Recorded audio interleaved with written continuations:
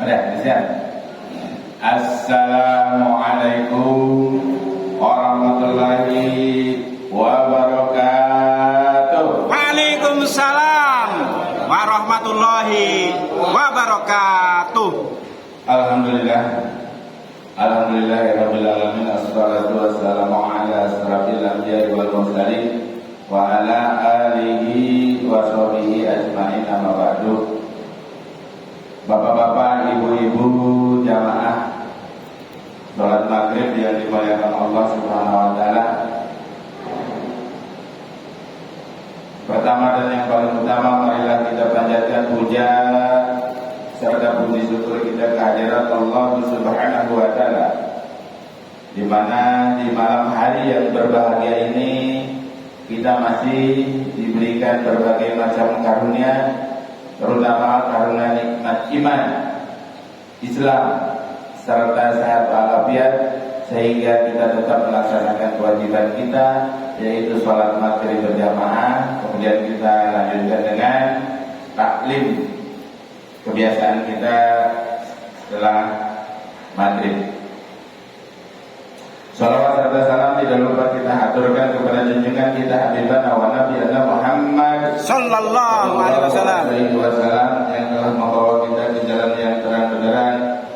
Begitu pula kepada keluarganya, sahabatnya, dan semoga di yaumil akhir nanti kita mendapatkan sahabatnya. Amin. Amin ya Allah. Amin ya Allah ya Rabbal alamin.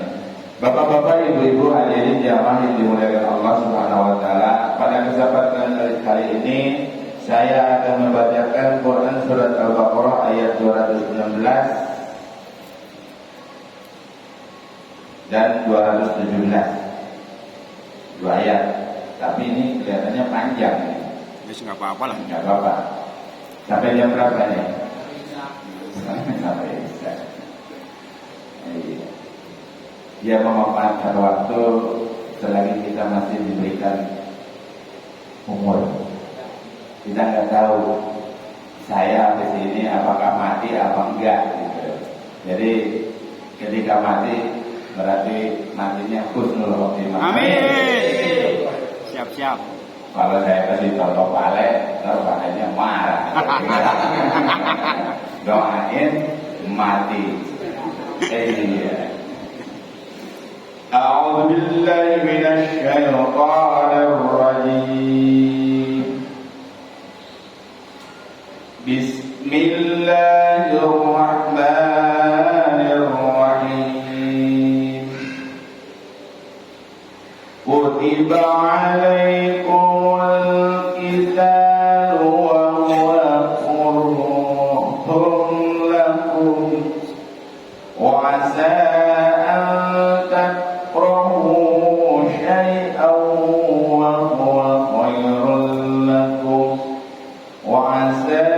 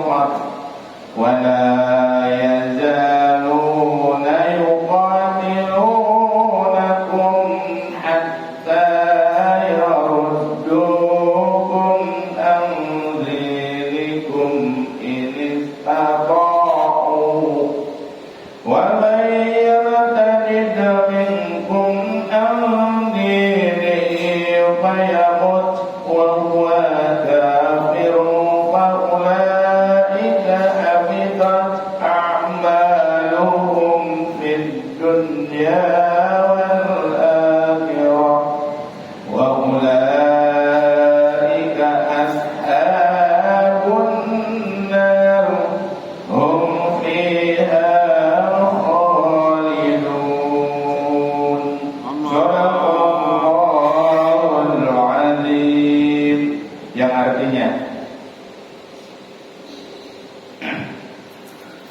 diwajibkan atas kamu berperang.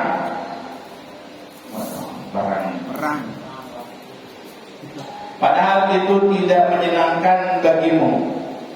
Tetapi boleh jadi kamu tidak menyenangi sesuatu, padahal itu baik bagimu. Dan boleh jadi kamu menyukai sesuatu, padahal itu tidak baik bagimu. Allah mengetahui, sedang kamu tidak mengetahui. Mereka bertanya kepadamu Muhammad tentang berperang pada bulan haram. Katakanlah, berperang dalam bulan itu adalah dosa besar.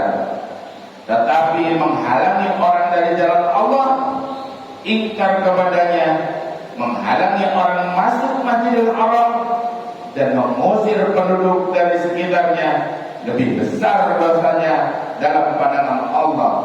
Sedangkan fitnah lebih kejam daripada pembunuhan. Mereka tidak akan berhenti memerangi kamu sampai kamu murtad keluar dari agamamu.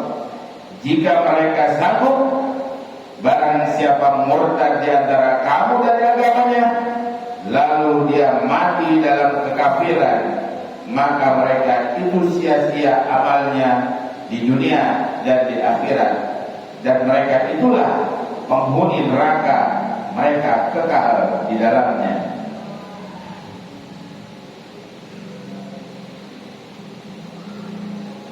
Perang. Bisa dipahami ya? Ya. Bulan Suro perang. Jadi ketika ada yang memerangi kita, maka kita wajib memeranginya juga. Jadi ini zaman Nabi. Ya biasalah kerjaan orang-orang kafir. Sekarang masih ada nggak? Banyak. Cuman sekarang senyap, tidak terang-terangan. Kenapa? Kenapa tidak terang-terangan? Udah masih kalah. Karena takut.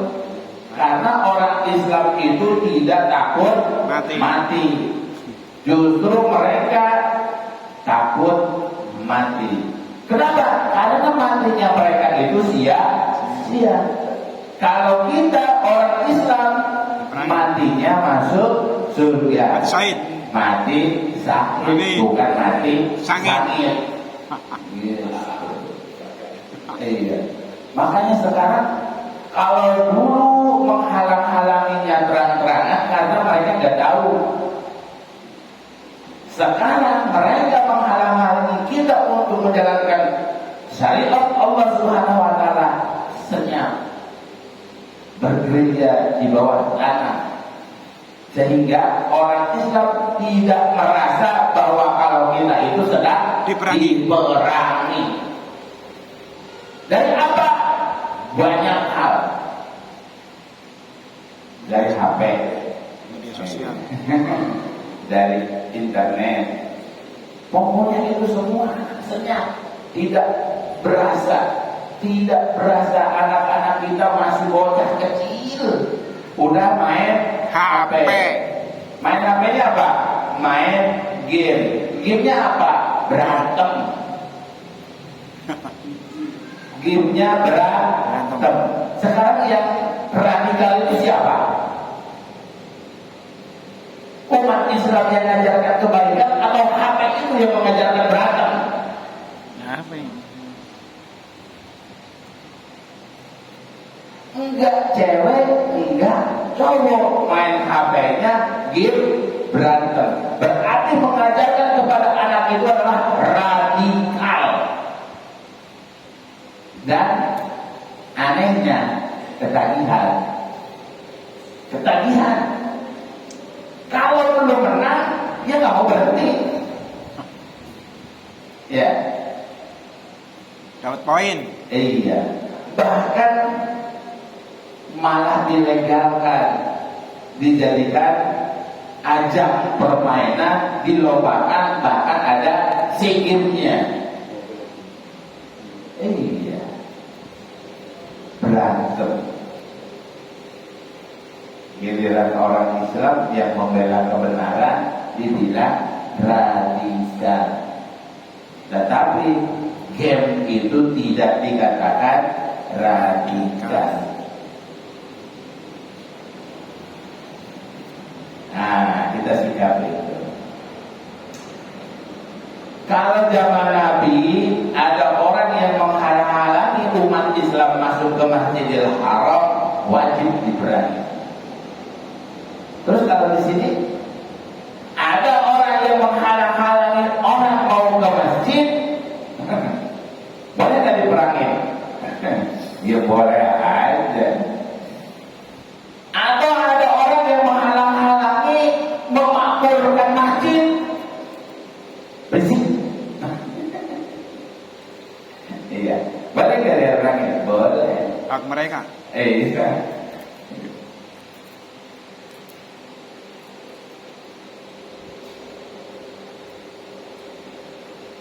Kalau ngajarin umat itu nggak perlu pakai speaker.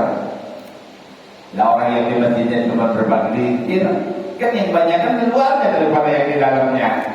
Enggak? Coba saya hitung ya, 1, 2, 3, 4, 5, 6, 7, 8, 9, 10, 11. Sama anak-anak di situ. Banyakkan yang di dalam masjid apa yang di luar masjid. Jadi perlu pakai speaker biar kedengaran ke luar. Saya meskipun nggak ada nih, yang ada yang di dalam nih. Itu jadwalnya baca ini baca aja, biarin nggak ada orangnya juga. Tapi yang namanya malaikat di sini itu ada apa ada? Ada. Orangnya nggak ada, tapi malaikat memenuhi ini masjid. Cuma kita nggak lihat.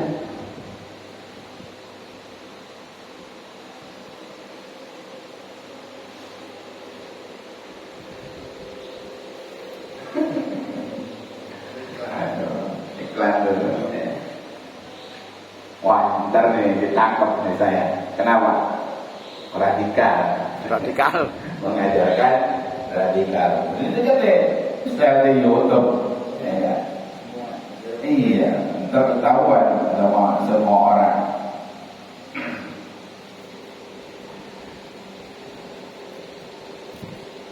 Fitnah. Nah, tempo lalu udah saya bahas masalah fitnah. Ya. Kenapa bisa dikatakan fitnah? Fitnah itu apa sih fitnah gitu ya?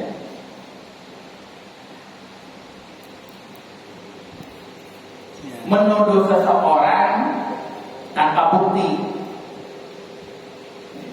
Dalam Islam itu harus ketika menuduh seseorang itu harus ada saksi. Saksi minimal 2. Minimal, bagusnya banyak. Tapi minimal 2. Ketika tidak ada saksi menuduh seseorang itu fitnah. Meskipun misalkan nih, saya melihat seseorang melakukan sesuatu, kita melihat sendiri dengan mata kepala sendiri, tapi cuma saya sendirian yang lihat, nggak ada orang lagi yang lihat.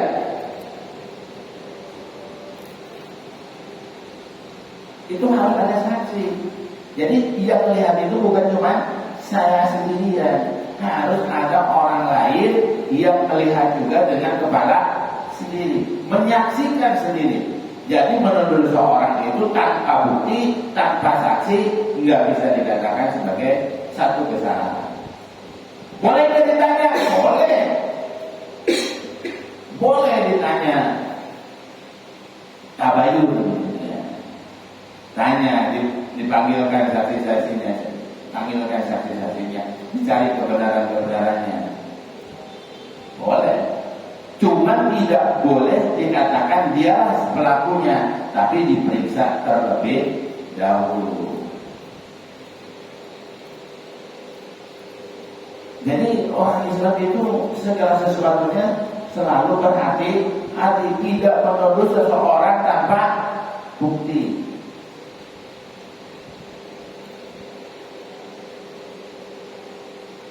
Bahkan ketika ada yang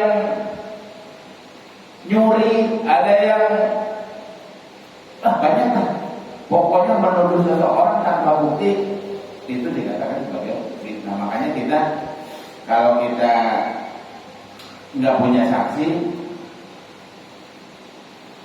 kemudian kita melihat sesuatu perbuatan yang tidak baik, maka kita cari saksi, mencari orang dulu saksi. Ayo kita lihat. Berarti kita minimal 3 orang yang cari bantuan untuk menyaksikan. Kalau belum ada orang lain, jangan dulu kita nangkep orang itu. Jangan. Saya ngerti ya. Ya mudah-mudahan kita sebagai yang mengerti, jangan menuduh seseorang tanpa bukti, tanpa saksi. Bisa, boleh dengan fitnah. Di sini dikatakan fitnah lebih kejam daripada pembunuhan.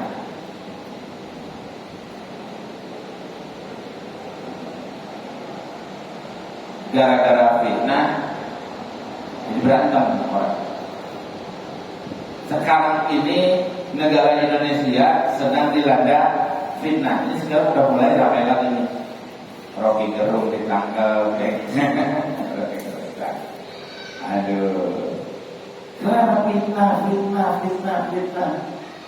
Segala karena membela sesuatu, dibuatlah fitnah ini, mengatasnamakan sesuatu, nggak bisa, jangan. Kita sebagai manusia yang beriman harus selalu dalam tindakan itu selalu berhati-hati. Maka karena kan visi-visi kita hidup di dunia itu apa sih? Wa ma khalaqtul jinna wal insa illa liya'budun. Visinya kita hidup di dunia adalah la'allakum tattaqun. Misinya apa? Melaksanakan rukun iman, melaksanakan rukun Islam, maka akan tercapai la'alakum tattaqun. Ketika terjadi la'alakum tattaqun, kita menjadi orang yang bertakwa, masuk surga. Karena Allah meridhoi kita, karena kita taat kepada Allah. Saya akan bacakan asbab nuzul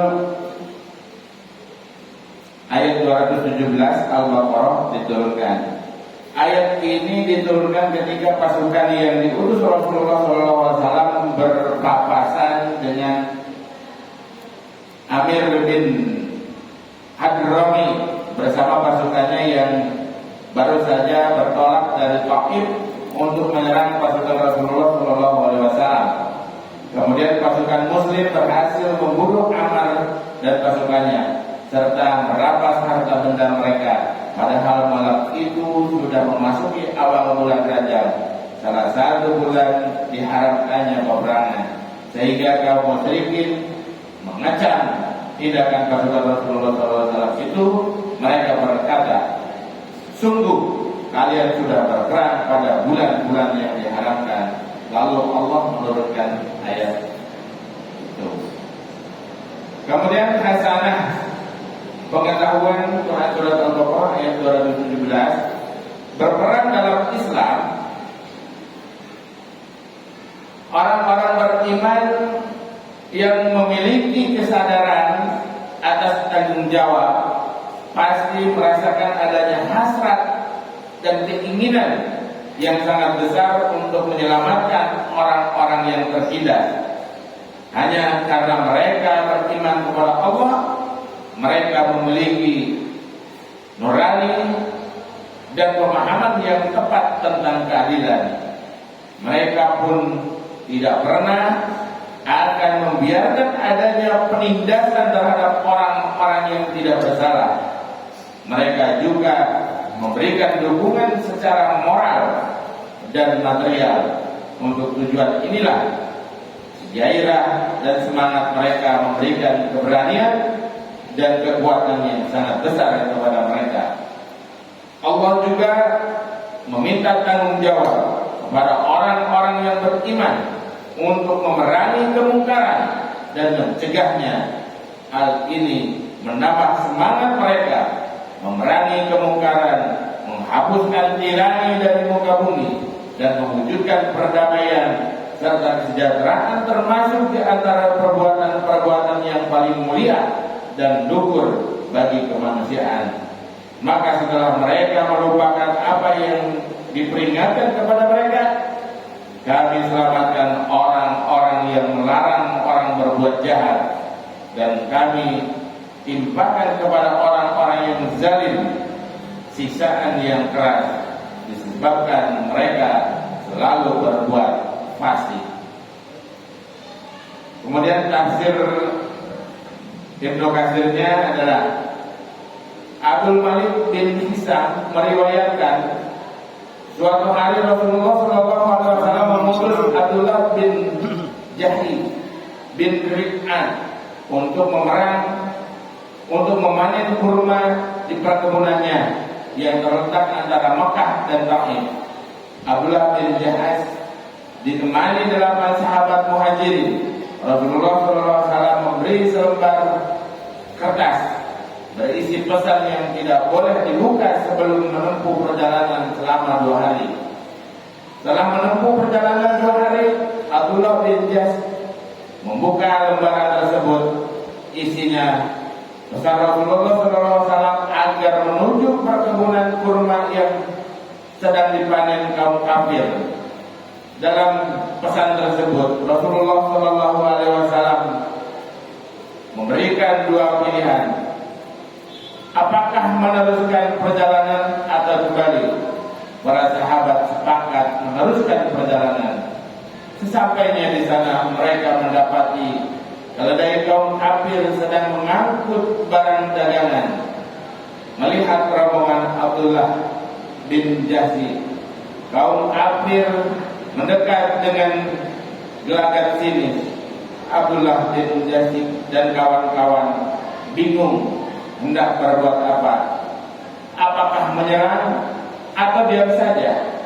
Setelah berpikir, mereka membulatkan tekad menyerang dan mengambil harta musuh. Dalam pertempuran, Waqid bin Abdullah berhasil membunuh Ammar bin Hamzah. Ia kemudian menawan Utsman bin Abdullah dan Hakam bin Kisan. Peristiwa ini terjadi akhir bulan Rajab. Ketika mereka kembali dengan harta rampasan dan 2 orang tawanan, Rasulullah SAW bersabda bahwa beliau tidak memerintahkan mereka berperang pada bulan suci. Beliau lalu mengabaikan 2 tawanan dan tidak mengambil sepeser pun harta rampasan itu. Mereka pun salah tingkah melihat sikap Rasulullah SAW tersebut. Kemudian hadis riwayat Muslim menyampaikan, hadis riwayat Abdullah bin Abu Auf radhiyallahu anhu, Rasulullah SAW bersabda, "Hai manusia sekalian, janganlah kamu mengharapkan pertemuan dengan musuh, dan mohonlah kesehatan kepada Allah. Namun apabila kamu bertemu dengan mereka, maka bersabarlah dan ketahuilah sesungguhnya surga itu berada di bawah bayang-bayang pedang." Nabi SAW melanjutkan, "Ya Allah, Tuhan yang menurunkan kitab Al-Quran, dan Tuhan yang menjalankan awan, serta Tuhan yang mengalahkan pasukan-pasukan musuh, berikanlah mereka kekalahan, serta berikanlah kami kemenangan." Hadis riwayat Muslim nomor 3276.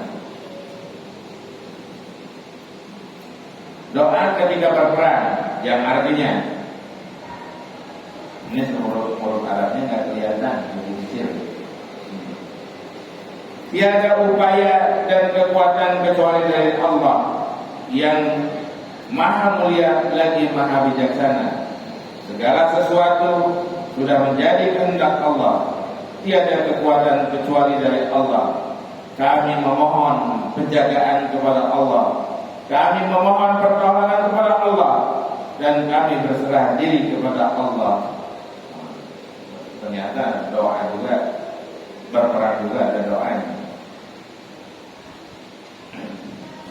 Soalnya saya belum pernah berperang. Ada yang belum pernah berperang di sini? Ada. Perangi hawa nafsu. Terbatin. Jadi perang hawa nafsu itu lebih dahsyat daripada perang mengangkat pedang, mengangkat besi itu. Memerangi hawa nafsu. Ya kalau hawa nafsu kayak saya gini nih. Baru pulang ke rumah belum mandi. Tadi masih sempat mandi gini. Tapi makan dulu. Habis makan minum air hangat, jadi gerah. Kan pengennya mah langsung selonjoran di rumah. Ngapain ke masjid? Tapi karena kewajiban, pas hari itu juga kadang-kadang belum mandi, tidak ke masjid. Tadi sempat mandi. Nggak sempat mandi. Kenapa? Saking pengen ke masjid. Tapi nggak apa-apa. Ntar habis maghrib baru mandi. Alhamdulillah tadi sempat mandi. Alhamdulillah, berarti nyampe ke rumahnya rada siangan. Pak Darman, saya nyampe ke sini lewat baru pulang ya. Tapi alhamdulillah ikut ngaji. Jadi sebenarnya kita ini yang ada di sini meskipun kita capek, lelah, tapi iman kita kuat, gitu. Datang ke masjid, sholat maghrib, kemudian ikut taklim. Insya Allah semua yang tadi lelah kita itu dibalas oleh Allah Subhanahu wa Ta'ala dengan yang berlipat ganda dan ditambahkan rezekinya. Amin ya Allah ya Rabbal Alamin. Karena waktunya sudah habis, masih ada sisa 20 menit lagi untuk istirahat. Koluk rokok dulu, kola ngerokok. Kita tutup dengan mengucapkan doa Rabbana atina fid dunya hasanah wa fil akhirati hasanah wa qina adzabannar. Subhana rabbika rabbil izzati amma yasifun wa salamun alal mursalin walhamdulillahi rabbil alamin. Assalamualaikum warahmatullahi wabarakatuh. Waalaikumsalam warahmatullahi wabarakatuh.